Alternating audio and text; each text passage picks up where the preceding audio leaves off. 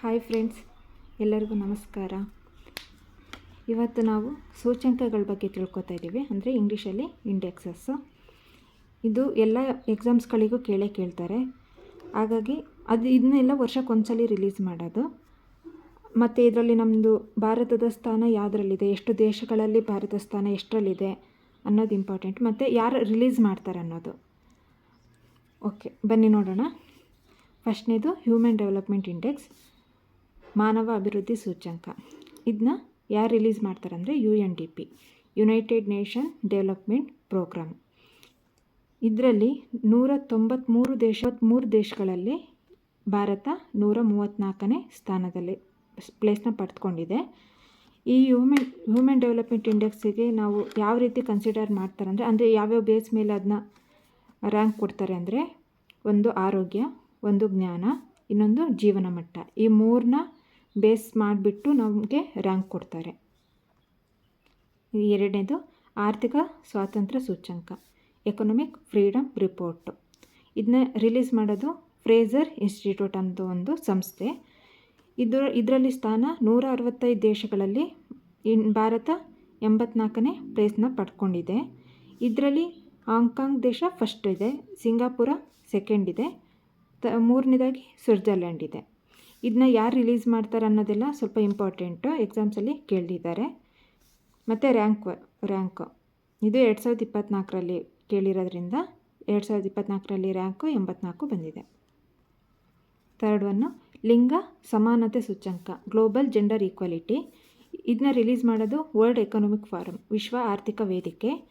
ಇದರಲ್ಲಿ 146 ದೇಶಗಳಲ್ಲಿ ಭಾರತ 129ನೇ ಪ್ಲೇಸ್ನ ಪಡೆದುಕೊಂಡಿದೆ. ಇದರಲ್ಲಿ ಐಸ್ಲ್ಯಾಂಡ್ ಫಸ್ಟ್ ಇದೆ, ಪಾಕಿಸ್ತಾನ ಲಾಸ್ಟ್ ಇದೆ. ಫೋರ್ತ್ ಒನ್ನು ಪ್ರವಾಸೋದ್ಯಮ ಅಭಿವೃದ್ಧಿ ಸೂಚ್ಯಂಕ, ಟ್ರಾವೆಲ್ ಆ್ಯಂಡ್ ಟೂರಿಸಂ ಇಂಡೆಕ್ಸ್. ಇದನ್ನ ರಿಲೀಸ್ ಮಾಡೋದು ವಿಶ್ವ ಆರ್ಥಿಕ ವೇದಿಕೆ, economic forum, world economic forum. ಇದರಲ್ಲಿ ಭಾರತ ಸ್ಥಾನ 39ನೇ ಪ್ಲೇಸಲ್ಲಿದೆ. USA ಫಸ್ಟಲ್ಲಿದೆ, ಸ್ಪೇನ್ ಸೆಕೆಂಡಲ್ಲಿದೆ, ಜಪಾನ್ 3ನೇ ಪ್ಲೇಸಲ್ಲಿದೆ. Fifth one environment performance index, ಪರಿಸರ ಕಾರ್ಯಕ್ಷಮತೆ ಸೂಚ್ಯಂಕ. ಇದನ್ನ ರಿಲೀಸ್ ಮಾಡೋದು Yale centre of environment law and policy. ಇದರಲ್ಲಿ 180 ದೇಶಗಳಲ್ಲಿ ಭಾರತ 176ನೇ ಸ್ಥಾನದಲ್ಲಿದೆ. ಫಸ್ಟು ಎಸ್ತೋನಿಯಾ ಇದೆ. ಆರನೇದು ಎನ್ಲಿ ಪಾಸ್ಪೋರ್ಟ್ ರಿಪೋರ್ಟು. ಇದನ್ನ ರಿಲೀಸ್ ಮಾಡೋದು UK based Henley and partners firm. ಇದರಲ್ಲಿ ಸಿಂಗಾಪುರ್ ಫಸ್ಟಲ್ಲಿದೆ, ಭಾರತ 82ನೇ ಸ್ಥಾನದಲ್ಲಿದೆ.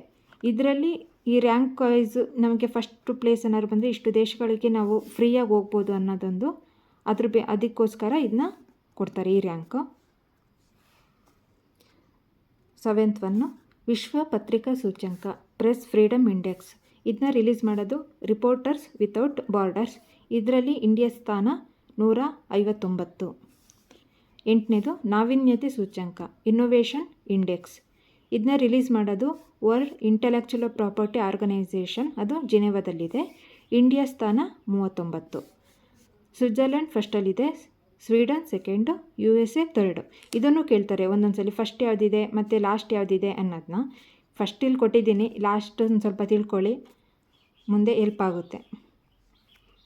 9ನೇದು ಹಸಿವು ಸೂಚ್ಯಂಕ, ಹಂಗರ್ ಇಂಡೆಕ್ಸ್. ಇದನ್ನ ರಿಲೀಸ್ ಮಾಡೋದು Ireland based concern wide and wealth hunger life. ಇದರಲ್ಲಿ ಇಂಡಿಯಾ ಸ್ಥಾನ 105 ಇದೆ, 127 ದೇಶಗಳಲ್ಲಿ. ಅಂದರೆ 105ಕ್ಕೆ ಇದು ಇಷ್ಟು ಸ್ಕೋರ್ ಅಂತ ಕೊಟ್ಟಿರ್ತಾರೆ, ಅದು 13.7 ಪಾಯಿಂಟಲ್ಲಿ 105ನೇ ಸ್ಥಾನವನ್ನು ಪಡೆದುಕೊಂಡಿದೆ ನಮ್ಮದು ಭಾರತ.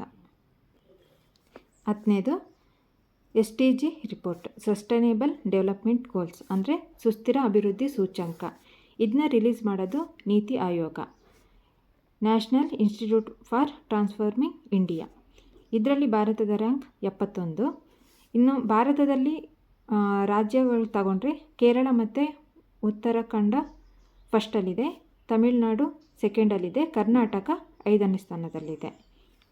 ಓಕೆ, ಇದಿಷ್ಟು ರಿಪೋರ್ಟ್ಗಳು. ಅಂದರೆ ಇನ್ನೂ ತುಂಬ ಇದೆ, ಅಂದರೆ ಇಷ್ಟು ಮೇನ್ ಇಂಪಾರ್ಟೆಂಟು, ನಾವು ಓದಲೇಬೇಕು. ಅಂದರೆ ಎಷ್ಟನೇ ರ್ಯಾಂಕಲ್ಲಿದೆ, ಯಾರು ರಿಲೀಸ್ ಮಾಡ್ತಾರೆ, ಫಸ್ಟು ಯಾವ ದೇಶ, ಲಾಸ್ಟ್ ಯಾವ ದೇಶ, ಇದೆಲ್ಲ ತುಂಬ ಇಂಪಾರ್ಟೆಂಟು. ಇದಿಷ್ಟು ಎಕ್ಸಾಮ್ಸಲ್ಲಿ ಕೇಳಿದ್ದಾರೆ. ಓಕೆ, ಇದು ನನ್ನ ಫಸ್ಟ್ನೇ ವಿಡಿಯೋ ಆಗಿರುತ್ತೆ.